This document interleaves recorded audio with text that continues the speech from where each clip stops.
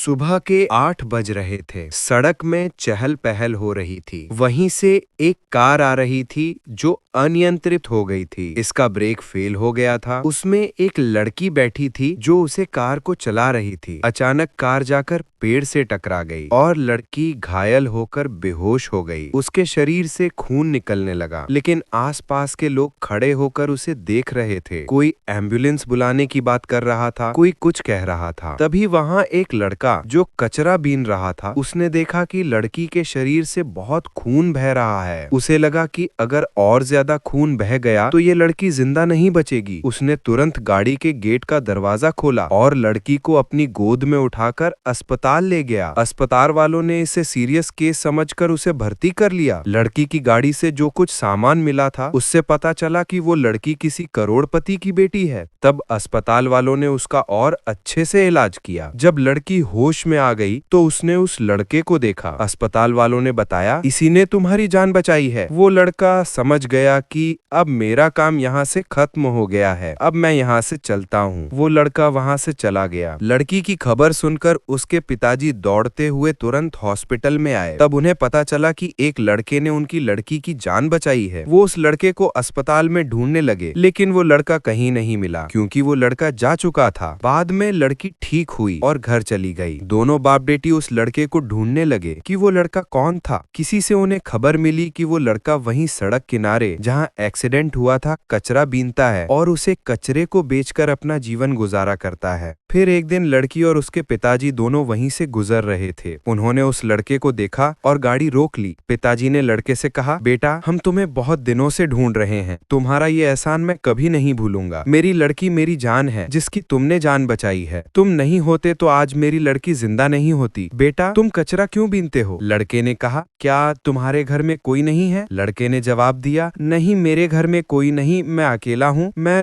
कचरा बीनकर उसे बेचकर जो मिलता है उससे गुजारा कर लेता हूँ। पिताजी ने पूछा, तुमने कहाँ तक पढ़ाई करी है? लड़के ने कहा, मैंने कोई पढ़ाई नहीं करी है। लड़की के पिताजी ने कहा, अच्छा, तुम अब कचरा नहीं बीनोगे। आज से तुम हमारे घर चलोगे और हमारे घर बहुत सारा काम है, उसमें से कोई भी काम तुम कर सकते हो। लड़का उनके घर चला गया। फिर लड़के को उन्होंने थोड़ी बहुत पढ़ाई भी करवाई। अब लड़का थोड़ा और बड़ा हो गया था। अब लड़के को उन्होंने अपनी कंपनी में जॉब दे दी। धीरे धीरे लड़का काम सीख कर प्रमोशन पाता गया और बड़े पद पर आ गया। धीरे धीरे करके उसकी गरीबी खत्म हो गई और वो एक अच्छा जीवन जीने लगा। अब लड़के ने अपने लिए एक अलग घर खरीद लिया था। अब वो उसी में ही रहता था। ये सब देखकर उसके मालिक को बहुत प्रसन्नता हुई। मालिक ने कहा कि मैं तुम्हारे मेहनत से बहुत खुश हूँ क्योंकि अच्छे कर्म का फल अच्छा ही होता है।